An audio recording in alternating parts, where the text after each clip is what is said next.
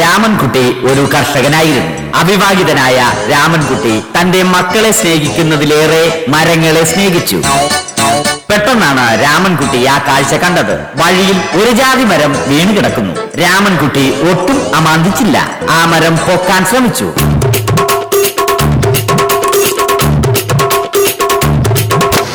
നടക്കുന്നില്ല.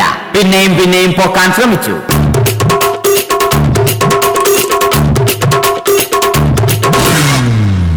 നടക്കുന്നില്ല. രാമൻകുട്ടി വഴിയെ പോയവരെ എല്ലാവരെയും സഹായത്തിന് വിളിച്ചു.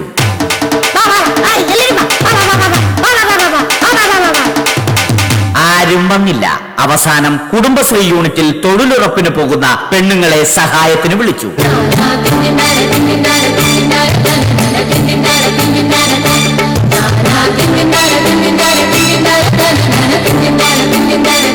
അവർ എത്തി. അവർ അവരുടെ സ്ഥിരം പണി തുടങ്ങി. അത് കണ്ട ദേഷ്യം വന്ന രാമൻകുട്ടി മരത്തെ ഒറ്റയ്ക്ക് പിടിച്ചു പോക്കി. അത്ഭുതമെന്ന് പറയട്ടെ, മരം നേരെ നിന്നു. ഇത് കണ്ട തൊഴിലുറപ്പ് പെണ്ണുങ്ങൾ രാമൻകുട്ടിയോട് നോക്കുകൂലി ആവശ്യപ്പെട്ടു.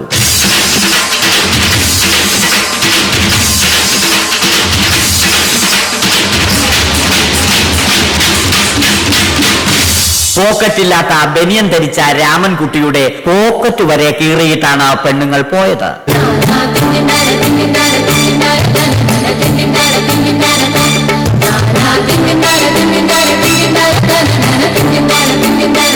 രാമൻകുട്ടി പിന്നീട് ഒന്നും ആലോചിച്ചില്ല. മരത്തിന് ഹാക്ടംബോസ് 2020 സെപ്റ്റംബർ 14 നൽകി. മരം തഴച്ചു വളർന്നു. ഇത് കണ്ട് രാമൻകുട്ടിക്ക് സന്തോഷം വന്നു. സന്തോഷം വന്നാലും ദുഃഖം വന്നാലും രാമൻകുട്ടിക്ക് മരത്തിനു ചുറ്റും ഡാൻസ് കളിക്കുക എന്നുള്ളത് രാമൻകുട്ടിയുടെ മാസ്റ്റർ പീസ് ആയിരുന്നു. ആ മാസ്റ്റർ പീസ് രാമൻകുട്ടി ഇവിടെയും എടുത്തു.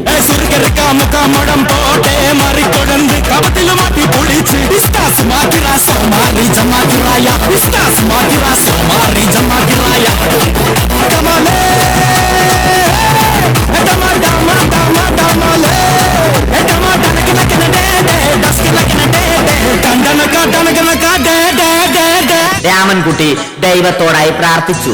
നിങ്ങൾ എനിക്ക് ആയുസ്സും ആരോഗ്യവും തരൂ. ഞാൻ മരങ്ങളെ സംരക്ഷിച്ചു കൊള്ളാം. കാരണം മരം ഒരു വരമാണ്. അവന്റെ പ്രാർത്ഥന ദൈവം കേട്ടു. ആ മാറിൽ നിന്നും വീണ തേങ്ങ രാമൻകുട്ടി മോങ്ങാതെ ഇരുന്നു തിന്നു.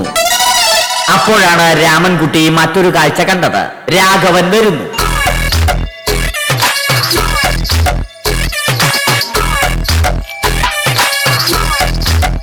മരം മുറിക്കൽ ഹോബിയാക്കിയ, അതിലുപരി ജോലിയാക്കിയ രാഘവൻ മരങ്ങളുടെ ശത്രുവല്ലേ? മരങ്ങൾ മുറിച്ച് ഫർണിച്ചർ പണിയുന്നത് തെറ്റല്ലേ? അവനെ ഇതിൽ നിന്നും പിന്തിരിപ്പിക്കണം. അവർ തമ്മിൽ ഒന്നും രണ്ടും പറഞ്ഞു. സംസാരം മൂത്ത് വാക്കേറ്റമായി. അത് പിന്നെ അടിയിൽ കലാശിച്ചു.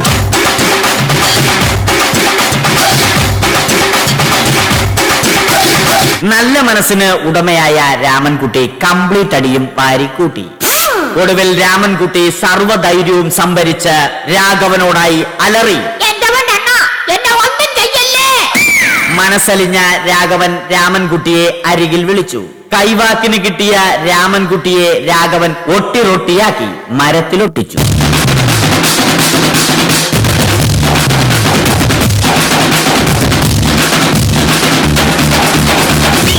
ഇന്നത്തെ പണി കഴിഞ്ഞ രാഘവൻ സംതൃപ്തിയോടെ വീട്ടിലേക്ക് മടങ്ങി. തനിക്ക് തല്ല് കിട്ടിയാലും മരത്തെ രക്ഷിക്കാൻ പറ്റിയ സന്തോഷത്താൽ രാമൻകുട്ടി മരത്തെ കെട്ടിപ്പിടിച്ച് പൊട്ടി പൊട്ടി കരഞ്ഞു.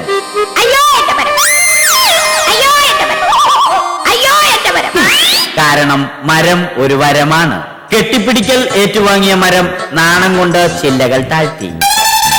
മരത്തെ രക്ഷിച്ച ക്ഷീണത്തിൽ രാമൻകുട്ടി മരച്ചുവട്ടിലിരുന്ന് ഉറങ്ങിപ്പോയി. പെട്ടെന്നാണ് അത് സംഭവിച്ചത്. പ്രകൃതി അതിന്റെ തനിക്കോണം കാണിച്ചു തുടങ്ങി. മഴയും കാറ്റും ഇടിയും വന്നു. അതോടൊപ്പം കോളും വന്നു. കോളെടുത്ത് രാമൻകുട്ടി പറഞ്ഞു. കോൾ കട്ടായി. രാമൻകുട്ടി ദൈവത്തോടായി പറഞ്ഞു. കാറ്റും മഴയും അതൊന്നും ചെവിക്കൊണ്ടില്ല. രാമൻകുട്ടിയുടെ മരം ആടി ഉലഞ്ഞു. രാമൻകുട്ടി ദൈവത്തോടായി വീണ്ടും പറഞ്ഞു, മരം ഒരു വരമാണ്, മരത്തെ ഒന്നും ചെയ്യരുത്.